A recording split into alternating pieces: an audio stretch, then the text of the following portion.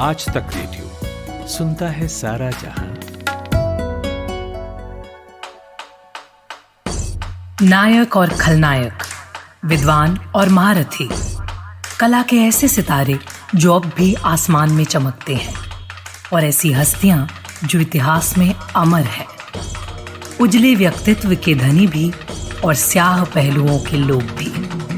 ये वो लोग जो मशहूर हैं। ये है नामी गिरामी।